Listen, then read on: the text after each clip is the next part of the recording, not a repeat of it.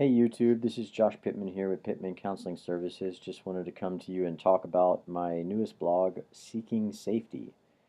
It's one of those things that I believe that all of us naturally do, and many of our choices throughout the day is determined by this element of safety that we want to find. You can go to my website and read the blog word for word, but I'll kind of talk about it here in terms of, what looks like safety to me or to someone else might look different from one person to the next. And just because it doesn't look safe doesn't mean it's not a measure of safety for them. And oftentimes we see people doing some really extreme things.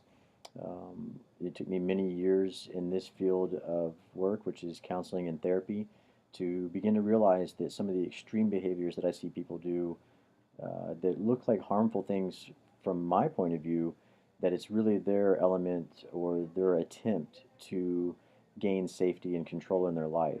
And so it really kind of illustrates how extreme things have gotten for them, that if this extreme measure of attempt of safety is being done, then their life is really extreme. An example of that would be someone using drugs and alcohol or any other substances or any other extreme and dangerous behaviors in order to feel safe as a result of the things that they've been through, such as trauma and other forms of addiction. So that's something to consider when you're taking a look at that, guys. That's for sure.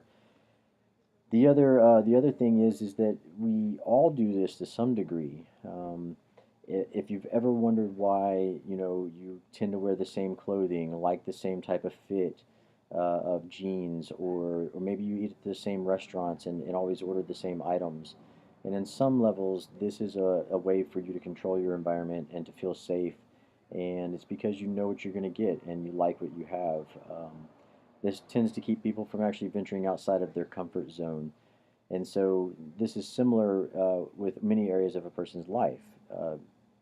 Change provokes anxiety and or fear and therefore creates elements of discomfort, which is what we often do to try to alleviate. It's very natural to resist any type of pain or any type of discomfort. So when you think about the old adage of, when you touch a hot stove or a child touches a hot stove, he removes his hand. Of course he does, because that's very painful.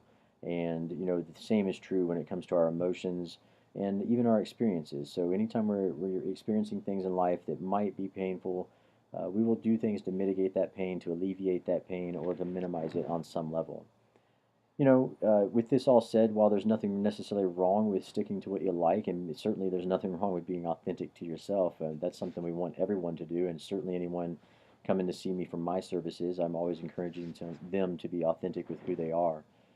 There's also nothing wrong with being willing to push your own set of boundaries around discomfort. This way you can discover who you are and possibly who you can be, and who knows what you'll find and what you'll like on the other side of that. So just a few things to consider, guys, and if you like what you heard here, please hit the like and subscribe button. Feel free to contact me on my website at pittmancounselingservices.com and ask questions on the YouTube page as well as on my website, and would be glad to bounce some ideas back and forth. So thanks for tuning in. Continue to flourish, and until next time.